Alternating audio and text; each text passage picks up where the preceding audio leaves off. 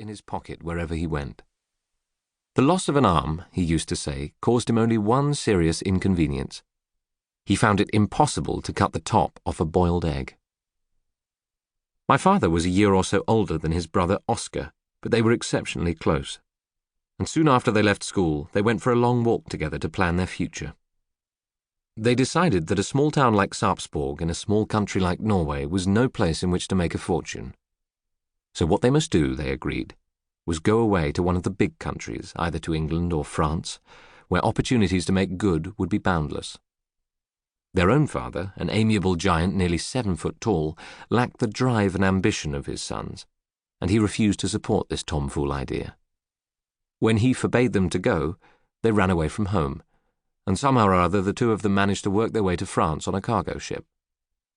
From Calais they went to Paris, and in Paris they agreed to separate because each of them wished to be independent of the other.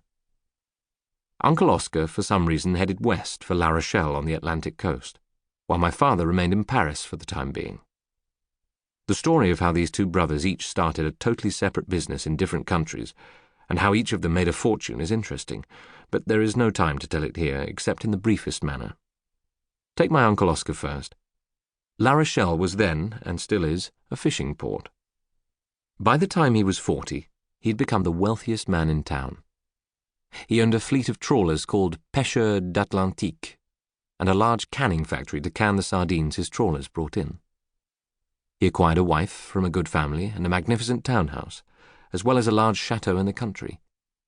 He became a collector of Louis XV furniture, good pictures and rare books, and all these beautiful things together with 2 properties are still in the family.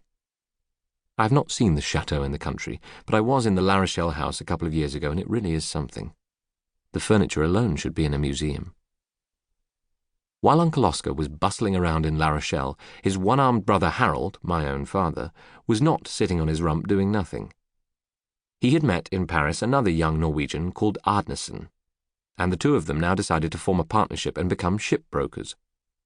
A shipbroker is a person who supplies a ship with everything it needs when it comes into port: fuel and food, ropes and paint, soap and towels, hammers and nails, and thousands of other tiddly little items.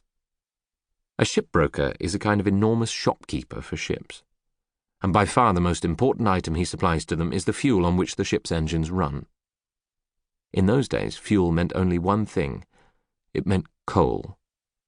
There were no oil-burning motor ships on the high seas at that time. All ships were steamships, and these old steamers would take on hundreds and often thousands of tons of coal in one go. To the shipbrokers, coal was black gold. My father and his newfound friend, Mr. Arnesen, understood all this very well. It made sense, they told each other, to set up their shipbroking business in one of the great coaling ports of Europe. Which was it to be? The answer was simple. The greatest coaling port in the world at that time was Cardiff, in South Wales.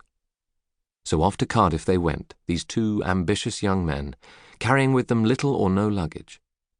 But my father had something more delightful than luggage. He had a wife, a young French girl called Marie, whom he had recently married in Paris. In Cardiff, the shipbroking firm of Arnesen and Dahl was set up, and a single room in Bute Street was rented as an office. From then on, we have what sounds like one of those exaggerated fairy stories of success, but in reality it was the result of tremendous hard and brainy work by these 2 friends. Very soon, Arnesen and Dahl had more business than the partners could handle alone. Larger office space was acquired and more staff were engaged. The real money then began rolling in. Within a few years, my father was able to buy a fine house in the village of Llandaff, just outside Cardiff, and there his wife Marie bore him 2 children, a girl and a boy. But tragically she died after giving birth to the second child. When the shock and sorrow of her death had begun to subside a little, my father suddenly realized that his 2 small children ought at the very least to have a stepmother to care for them. What is more, he felt terribly lonely. It was quite obvious that he must try to find himself another wife, but this was easier said than done for a Norwegian living in South Wales who didn't know very many people. So he decided to take a holiday and travel back to his own country, Norway, and who knows, he might, if he was lucky, find himself a lovely new bride in his own country. Over in Norway, during the summer of 1911, while taking a trip in a small coastal steamer,